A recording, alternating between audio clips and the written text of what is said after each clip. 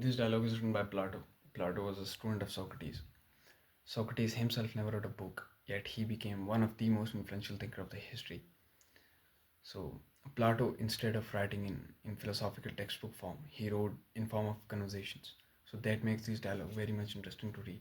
This one dialogue particularly, Euthyphro, it is readable, understandable, because it just have two characters, Socrates and Euthyphro. So before diving in this dialogue, there are certain things to know about Socrates, because Socrates is the main character of every dialogue of Plato. I'll share some few points about him, some important and interesting points, so that it would be easy for us to understand the dialogue. Athens, which was the birthplace of democracy, executed Socrates in the year 399 BCE for the charge of impiety and corrupting youth. His accusers were Miletus and Anytus. Miletus was a politician, and Anytus was a very rich guy. And the different in the year 399 BCE in Athens was religious fundamentalism, which gave rise to many such cases of impiety in Athenians' court. And Socrates was 70 years old at that time, father of two sons. He was poor. His net worth was 5 minutes, which was equivalent to what a sophist charged for one of their courses. Sophists were the guys who used to teach the art of takrirbazi. Socrates usually had these guys. So at that time, Athenians used to believe in so many gods. I don't know if you're familiar with this idea of God, but if you read Homer's Odyssey, you will get all this information about gods and all. So Athenians, not just Athenians, Greeks used to believe in so many gods. It was very difficult for Socrates to question religion, but he didn't just question religion. He questioned all sort of belief that people had, and he also never took money from anyone he taught. So that also became one of the reasons why he was later accused for corrupting youth. And he also admits, if you read Apology of Plato, Apology is another dialogue of Plato. If you read Apology, you will get to know that when Socrates was in the magistrate, in, I don't know what they call it, King Archon or something. Let's just call it magistrate. When he's in the magistrate, he said, "Well, I have this some sort of personal daimonium or a spiritual monitor, which that warned me from doing something wrong." These signs were the form of a divine thing which he had experienced since childhood, and this was also something that kept him under the eyes of Athenian religious personalities. So, and he also admits that the God acknowledged by the people are of poets, gods that truly cause evil, and it is sometimes also believed that his different political views or his hate toward democracy lay behind the impiety charge on him, because some of the people he was rumored to have corrupted were political leaders. So that's all about him. 2 to 3 main points. One, that he was accused for corrupting youth. Second, that he was accused for introducing new gods or not believing in the gods of Athens. So Euthyphro. Euthyphro was a 40 years old religious man. He was going toward the court, on his way to the court to prosecute his father, and Socrates met him in the way, and ये दोनों एक दूसरे को पहले से जानते थे, so they start talking to each other, and Euthyphro said to Socrates, "Well, why are you here? What's your suit?" And Socrates replied, "Well, Athenians just don't call it a suit; it's a public indictment." And Socrates told him the whole story of his side, and then Socrates ने Euthyphro से पूछा कि what's your suit, or whom are you prosecuting? So then Euthyphro replied, well, Euthyphro told his side of the story by saying that one day when one of our slaves was in the farm, and while he was drunk, he slit the throat of another man, and when my father heard about this, he wounded feet and hand of that man and threw him in a ditch. So that slave died due to hunger and cold. So Euthyphro said, well, none of my family member believes that my father killed him or my father is a murderer, but I believe that my father had killed him. So then Socrates says, well, do you think, Euthyphro, that you have such an accurate knowledge about religious law which stand for this issue? And Euthyphro replied, yes. The mistake I can say that Euthyphro did here was that he connected all of this to religious law which stand with respect to holiness and unholiness. And continue करने से पहले एक बात मैं बताऊं कि Socrates has his own method. While talking to someone, he pretend to be ignorant and he act like he doesn't know anything. So when the other person start explaining the belief, he questioned them so deeply that they realize it was a mistake. And that's exactly what Socrates did here with Euthyphro. He started saying, well, uh, Euthyphro, make me a student and teach me your wisdom, and so that I can defend myself against militaries in the court. So when Euthyphro get overistic about what Socrates said about him, uh, Euthyphro start explaining pious and impious, by saying that pious is what I am doing right now, bringing charge against someone who is guilty of wrongdoing. And impious is failing to persecute them. And then Socrates says, "Well, what you just told me is an example of what pious is. Teach me the form itself, so that I can say whether the thing or a person or an action is pious or not." And Euthyphro changes his definition and says, "Well, what is beloved by the gods is pious, and what is not beloved by them is impious." But then, as I said, Greeks or Athenians used to believe in so many gods.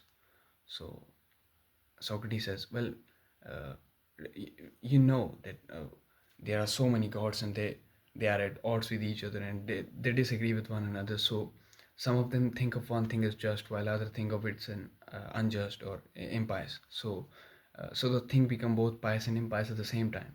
And if not this, then how are we going to know whether a person or an action uh, is pious or not?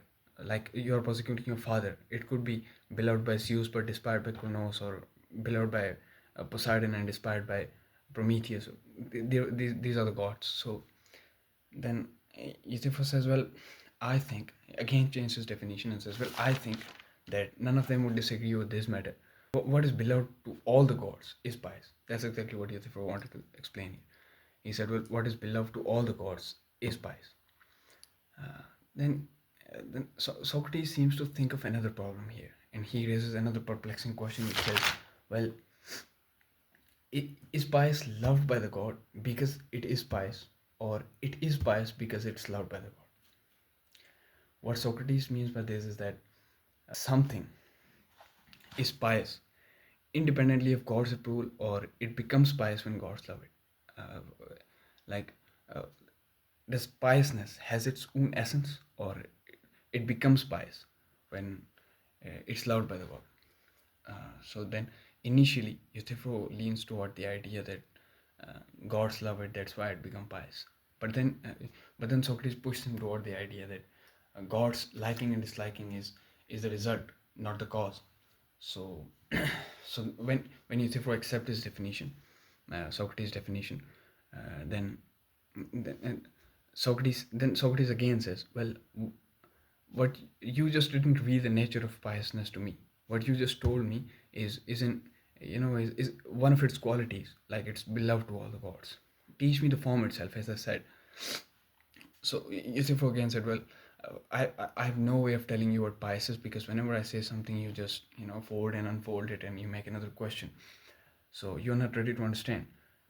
And Socrates thought to help out Euthyphro here, and he said, well, do you believe, Euthyphro, that whatever is just is pious? And Euthyphro said, well, yeah, whatever is just is pious, I agree. But then Socrates given an example to explain this. He said, not everything that is just is pious. Like there can be a thing that is just but impious, and there can be a thing that is unjust but pious. So like now we have to find that what part of just this pious is. Like for an example, if I say what part of number even are, so you would say the numbers that are divisible by 2. So then Euthyphro says, well, the part of just that is concerned with attending to gods is pious. Socrates says, great, but explain to me, what do you mean by saying attending to gods? And then I'm sure it's not like a horse trainer attending to horse, or a cattle trainer attending to cattle. So Euthyphro says, well, yeah, that's exactly what it's like, a horse trainer attending to horse. So then Socrates says, well, horse training attending to horse trainer attending to horse benefits them and makes them better. So what are you saying is that piousness is attending to gods to make gods better? And then Euthyphro says, well, no, that's not what I'm trying to explain. So then Socrates again says, well, what kind of attending to God would piousness be? So then Euthyphro says, well, a kind that is a kind like a slave attend to master. And then Socrates says, well, great, but what is the aim here? What is the goal of attending to God? And then Euthyphro says, well, uh, Euthyphro explained this with this example. Like he said, well, if a man knows how to act pleasingly in prayers and sacrifices, it is pious, like a certain type of knowledge about prayers and sacrifices. And then Socrates says, well, uh, sacrificing is giving to gods, and praying is requesting from them. And Euthyphro says, yes. And then Socrates says, well, piousness is some sort of, for man and God, is some sort of trading. And then Euthyphro says, well, if naming in that way is sweeter to you, then call it trading. But then Socrates seems to think of another problem here. So, and he said, well, I understand that we get benefit from prayers, but what do God gets what do God gets from the gift they receive from us? And then Euthyphro says, well, it's just honor and admiration. It's being shown gratitude and nothing more. So Socrates says, well, being shown gratitude is what pious is. It's not beneficial for them, nor it's dear to them. And then Euthyphro says, well, it is dear to them above everything else. And then Socrates says, well, don't you see, Euthyphro, we again reach at the same point. Like, what is dear to God is pious, or what is beloved to God is pious. So then Euthyphro again gets confused and says, well, I don't have any other way to tell you what this piousness is. And then Socrates says, well, uh, uh, what we have to do here is that we have to go back to the square one, and we have to examine the mistake that we did to find that what is this pious. And then Euthyphro says, well, any other time, Socrates, I have to go somewhere. So Euthyphro quits here, and Euthyphro run away. And like every other dialogue, this dialogue, and on a question, हर dialogue की तरह ये dialogue भी एक सवाल पे ख़त्म होता है. And that's it. That's the whole dialogue. It's summary. एक इंटरेस्टिंग चीज़ ख़त्म करने से पहले सोक्रेटिस के बारे में वो ये कि one day one of his friend went to the oracle of Delphi. oracle of Delphi में बहुत सारे priest हुआ करते थे उस टाइम पे. And उसके दोस्त ने एक priest से जाके पूछा कि is there someone more wise than Socrates? And the priest replies that there is no one more wise than Socrates. So जब वो दोस्त वापस आया और उसने सुकरात को ये कहा कि priest ने ऐसे ऐसे कहा कि there is no one more wiser than you, तो सुकरात सोच में पड़ गया. उसने कहा कि यार ऐसी बात तो नहीं है, मैं सबसे ज़्यादा वाइज तो नहीं. तो इस सवाल का जवाब ढूंढने के लिए वो बाहर निकला, और जैसा मैंने बताया कि उसका एक मेथड है, एक डायलेक्टिकल अप्रोच जिससे वो सवाल जवाब करता है.